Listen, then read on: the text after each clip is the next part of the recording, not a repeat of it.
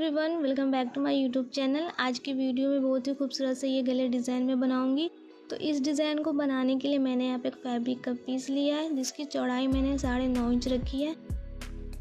लंबाई इसकी मैंने 20 इंच रखी है। अब इस फैब्रिक के ऊपर हमने पिंटक्स लगानी है। तो फैब्रिक को कुछ इस तरीके से हम फोल्ड करेंगे और इसके किनारे किनारे हमने सिलाई लगा लेनी है। तो कुछ इस तरीके से ना हमने एक पिंटक्स लगाकर कंप्लीट कर लिया है। अब इसके बाद हमने हाफ इंच का गैप को रखते हुए फिर से एक पिंटक्स लगा लेनी है।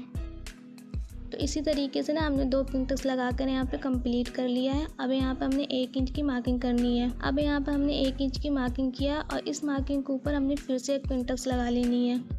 तो इसी तरीके से ना हमने सारे फैब्रिक के ऊपर पिंटक्स लगाकर कंप्लीट करनी है। यानी कि 2 पिंटक्स लगाने के बाद हमने 1 इंच का गैप रखना है और फिर से 2 पिंटक्स लगाना और फिर से 1 इंच का गैप रखना है। तो यहाँ पे ना हमने सारे फैब्रिक के ऊपर पिंटक्स लगाकर कंप्लीट कर लिया है। अब इसी के ऊपर हमने गले की मार्किंग करनी है।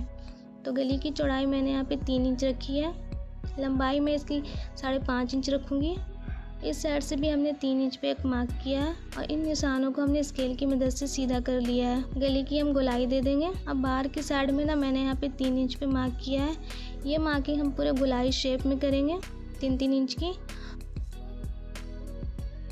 और इन निशानों को हम पहले डार्क कर लेंगे और इन्हीं निशानों के ऊपर हम गले की कटिंग करेंगे। तो सबसे पहले मैं बाहर की साइड से गले की कटिंग करूँगी और फिर मैं अंदर की साइड से गले की कटिंग कर लूँगी। तो फर्स्ट वाली नेक की कटिंग कुछ इस तरीके से हो गई है, जो कि दिखने में काफ़ी ज़्यादा सुंदर लग रही है। अब हमने यहाँ पे एक फैब्रिक का पीस लिया जिसके ऊपर हम फर्स्ट वाली नेक को इस तरीके से रखेंगे और इसके ना जस्ट किनारे किनारे हमने सिलाई लगा लेनी है। सिलाई लगाने के बाद हमने इसके अंदर की जितनी भी एक्स्ट्रा फैब्रिक है वो हमने कट करके निकाल लेनी है और इसके अंदर हमने ना छोटे छोटे से कट्स लगा लेनी है। गले को कुछ इस तरीके से हम पलट लेंगे और इसके ऊपर अच्छी तरीके से हम आयरन कर लेंगे। सारे एक्स्ट्रा फैब्रिक को भी हमने कट करके यहाँ पे निकाल लेनी है।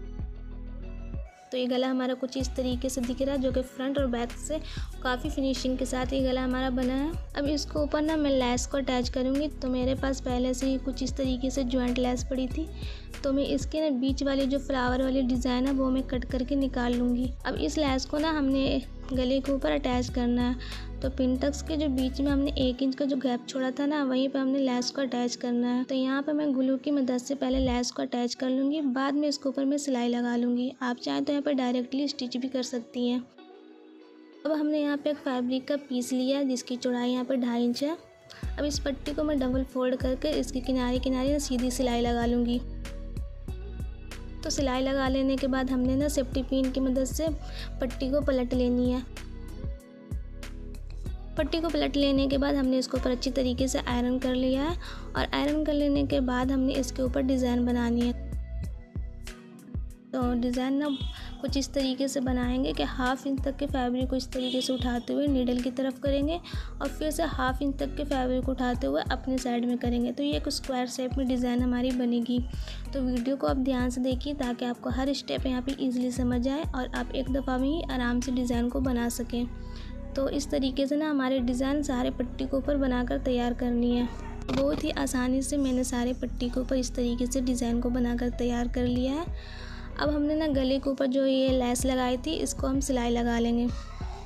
कुछ इस तरीके से ना हमने सारे लेस के ऊपर सिलाई लगाकर कंप्लीट कर लिया है। अब हमने ना यहाँ पे सेकंड वाली नेक की कटिंग करनी है, जिसके लिए यहाँ पे हमने एक पेपर पेस्टिंग लिया है।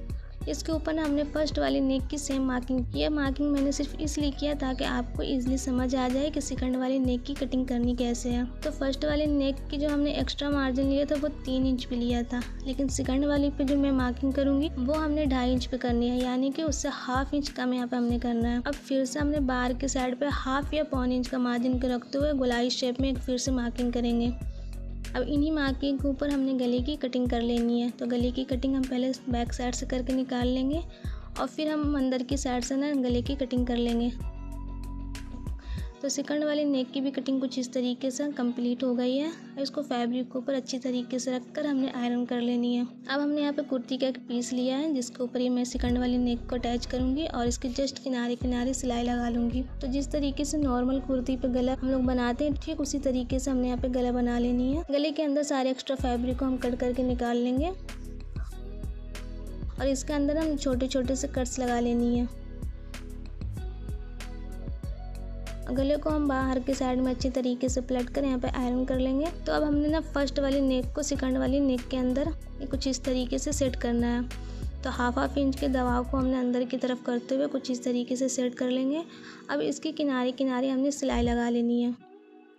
तो एक सिलाई हमारी कुछ इस तरीके से कंप्लीट हो गई है। अब जो हमने पट्टी पर जो डिज़ाइन बनाया था ना, अब इस डिज़ाइन को हमने गले के ऊपर अटैच करनी है।